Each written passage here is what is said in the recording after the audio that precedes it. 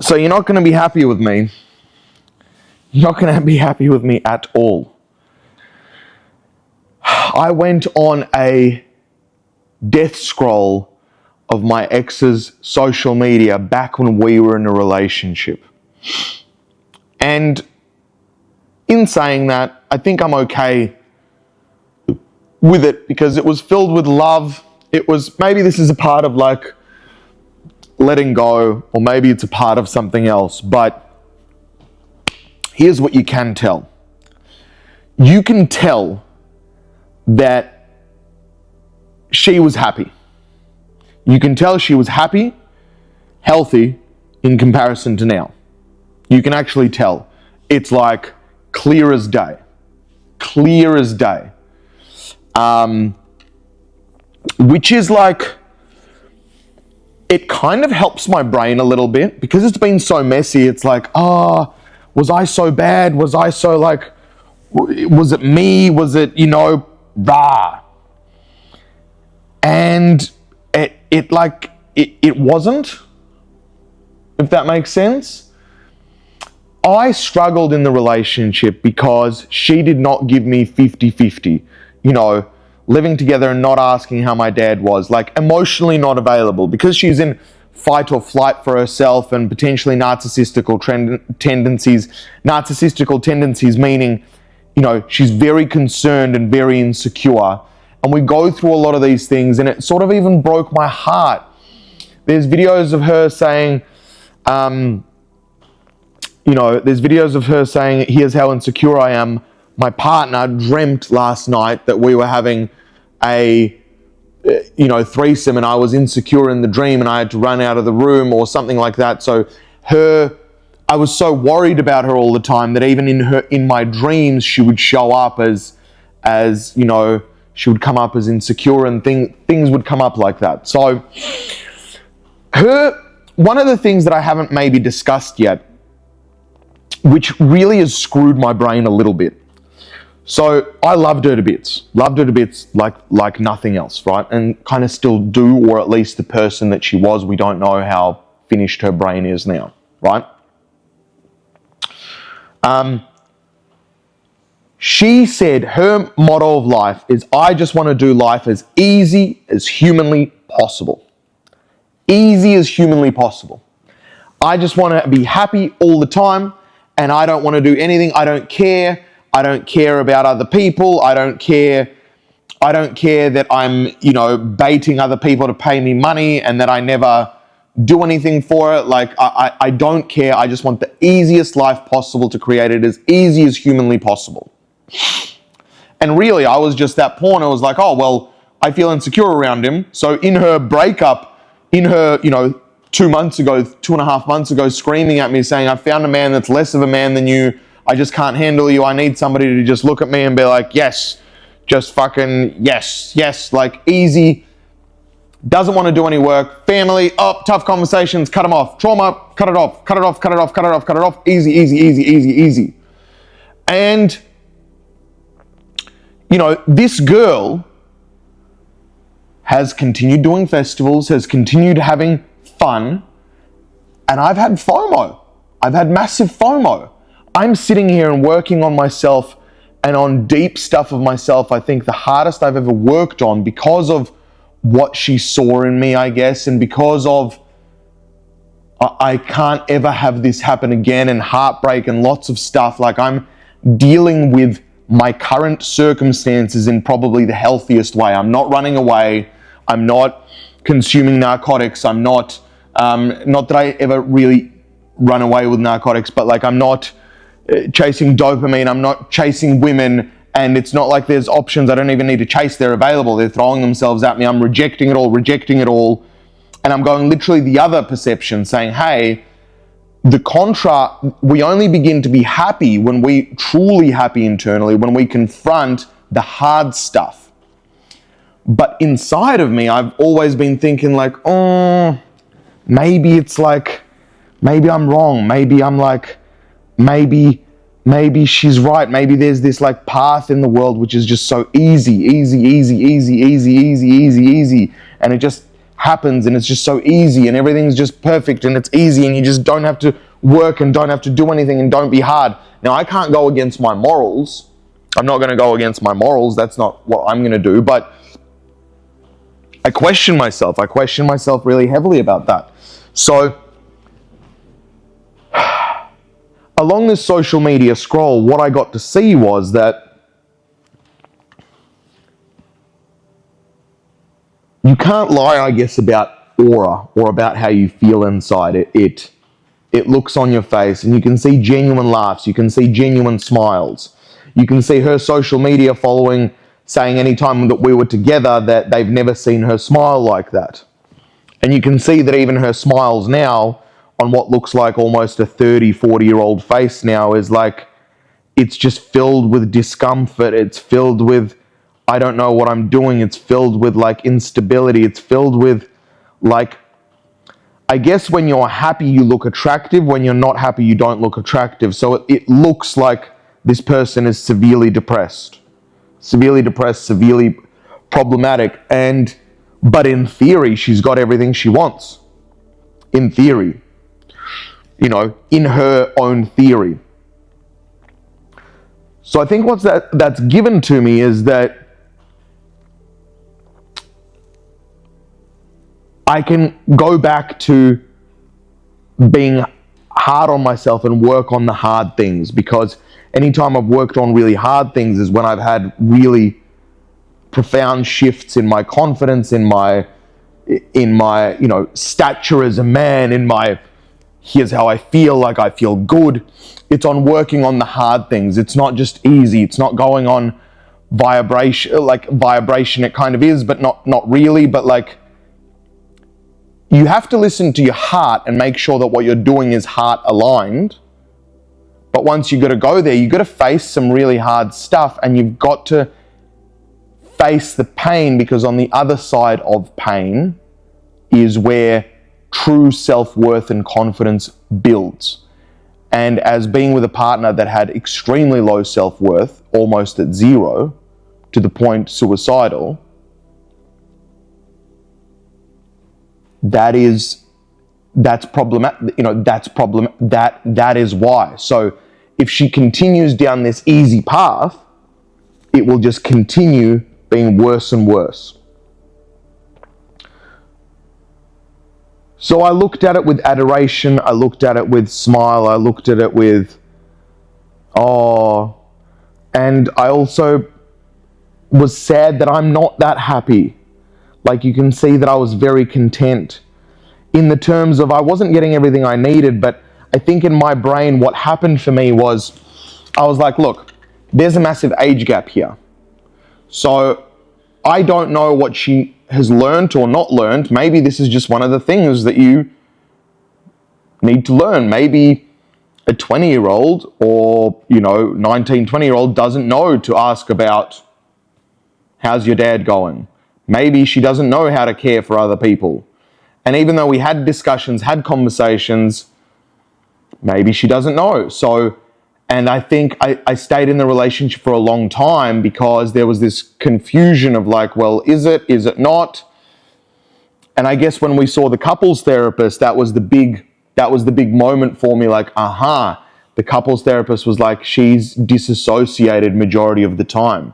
She cannot feel your feelings, and it's going to be a really, really long journey. And that was really the like, oh, an outsider has told me this, and it's like, right, this is difficult. So, that's where I sat, and I did that till 2 a.m. and it was like, it was nice. I'm speaking to another girl.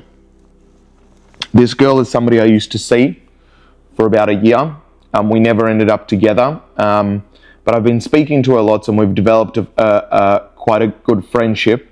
But it's interesting because I can see where we don't match up very clearly, and I am nowhere in like, I don't block out anymore the very clear signals of what I see is very not aligned. So I couldn't be with her. I couldn't, our timelines do not match where she is spiritually. There's there's only so much that we connect on. And it's interesting, another person, another ex of mine said, or maybe I read this somewhere, but it really landed for me and resonated with me. A person can only meet you at the level that they have met themselves. So if a person hasn't done enough, or not certain amount of inner work that you have done to meet themselves, then they can't meet you at the level that you've met yourself. So if a person avoids their problems for 3 years, and for 3 years a person doesn't avoid their problems, you've met yourself and really dug deep and really met who you are as an identity, how you deal with problems. So your whole perspective on life and your confidence and the way you are and the way you treat other people, because you treat yourself now with kindness, you treat others, it's completely different in comparison to another person that hasn't met themselves there. So it's interesting because all the women in my life, mothers, grandparents, whatever, every woman is like, we just want you to be with somebody. We just want you to be with somebody. We just want you to be with somebody. And I was like, I just got to continue meeting myself. And the further I meet myself, the more my pool shrinks of the people that have done that much work to meet themselves. So my deathly fear along all of this, my real deathly fear, not deathly, let's not, my fear is that I'm going to be alone forever. My fear is that I'm going to be alone forever, or I will have to settle for someone that can't meet me where I can meet them. I have to have faith and hope that maybe I'm just in that middle section and that I just need to continue working on myself, continue on that self-love, and somebody will meet me there. Maybe if I love myself more and more, I won't need somebody to necessarily meet me everywhere. I'll just need to meet them in specific areas. So for example, I really, really, really want, not really want, but since music is so important to me and it breathes life into me, I would never be in a relationship with somebody that isn't really connected to music in a relationship sense. So that's cool. That's cool. Like, it's like, that's very different. I didn't know that that would be the case. I didn't have any,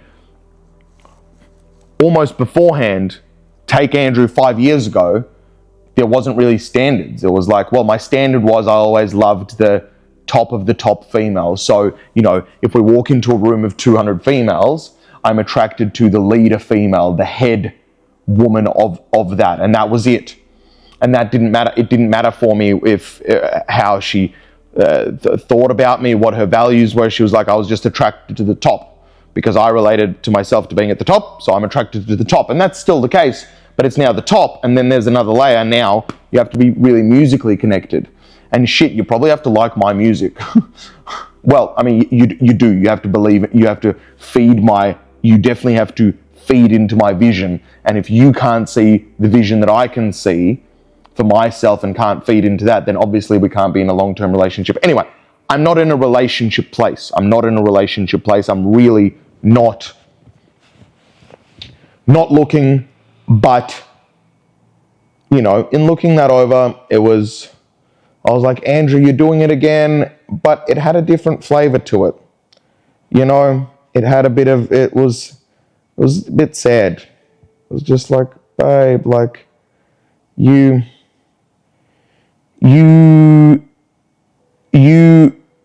were not there yet, but you had a feeling of there was peace, there was love, there was security, you were being cared for.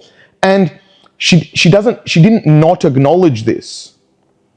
As she left and she made breakup videos, she goes, I do not deserve him.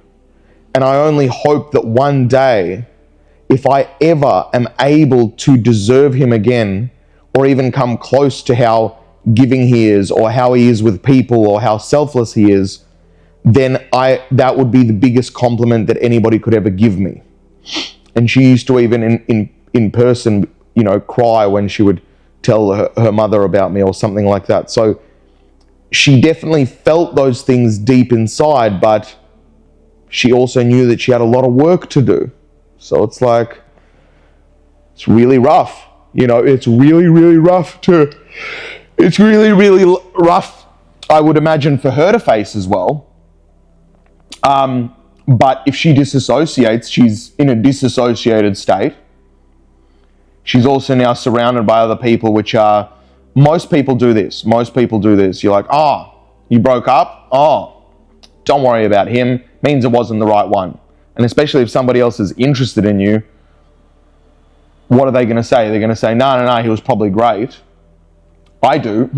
I'm the person that says, well, you were with him, it was great. I actually really value people's ex-partners who they were with at the time, because if I like my partner or I love them, I really respect their choices even previously to me and respect their journey. And, there's a good chance that I'm probably going to get along with a lot of your exes, because if you genuinely chose, then it would be awesome, because it means I value the characteristics that you saw in me to be with me. So I probably will value some of the characteristics that are in your ex-partners. But most people don't operate that way because, well, low self-esteem, low self-confidence, they're trying to just get the next woman. They're just trying to,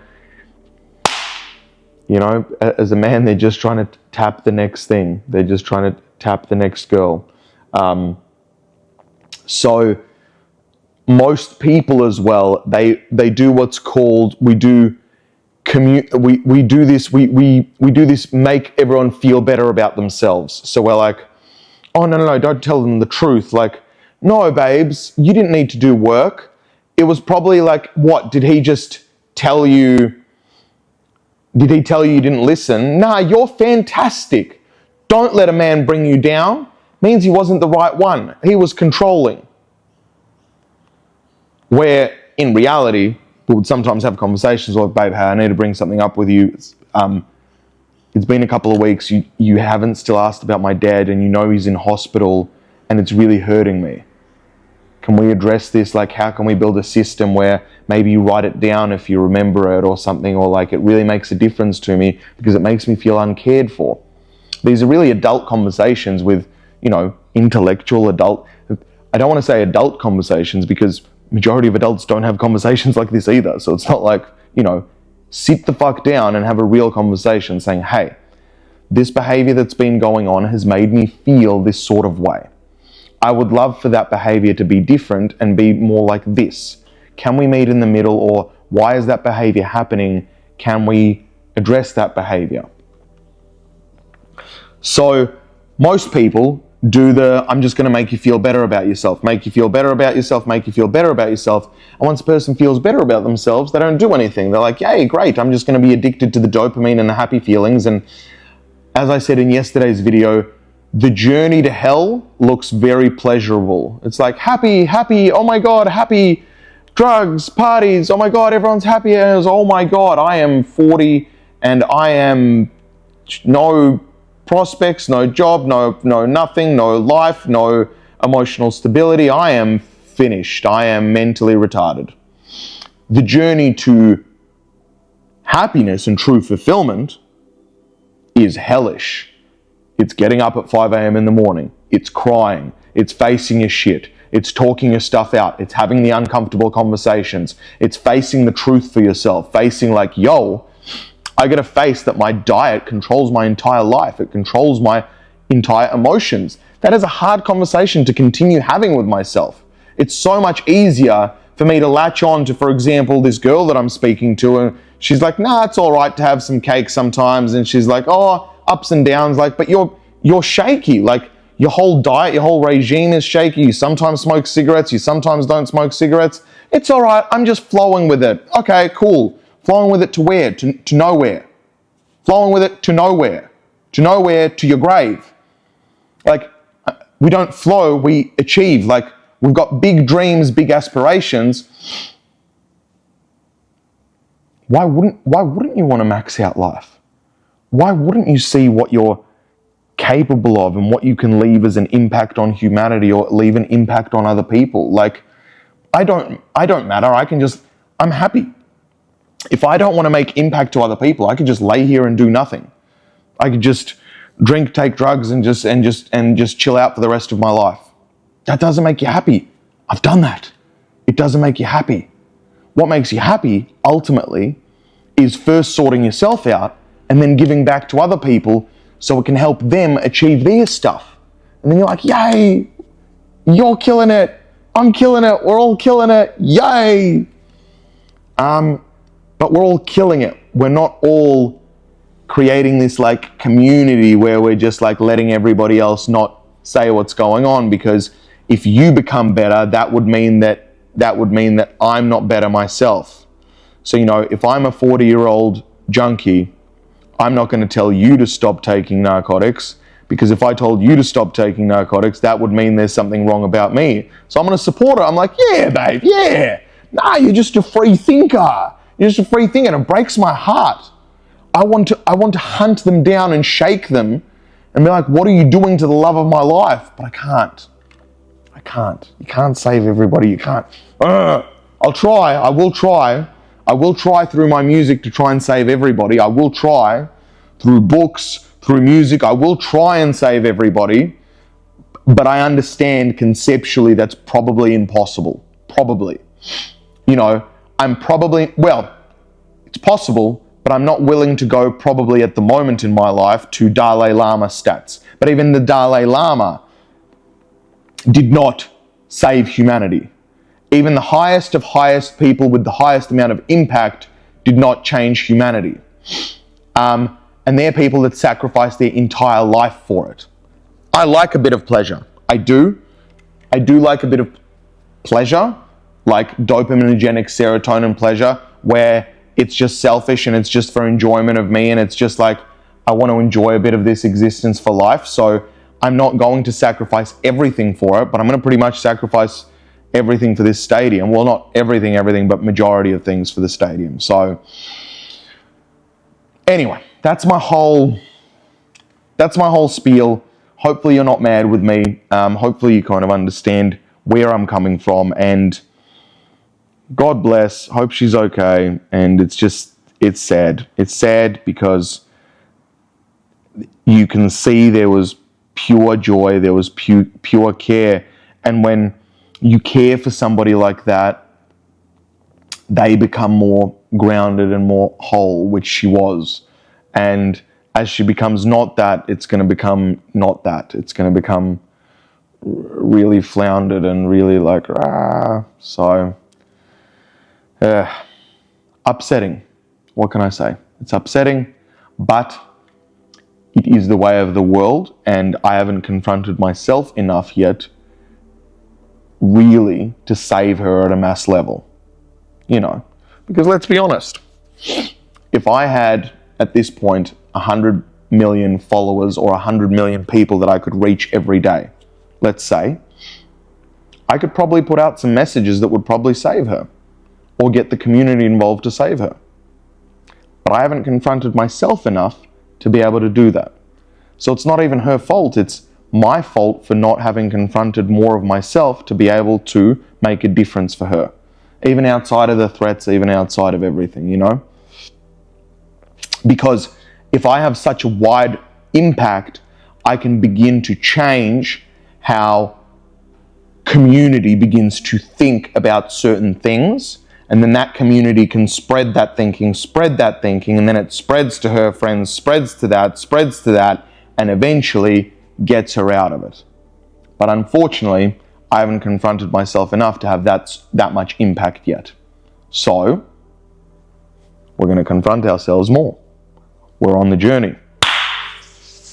We're on the journey to confront ourselves to save not only her, but to make a difference, not save, to make a difference to humanity. So I can see stuff that other people can't.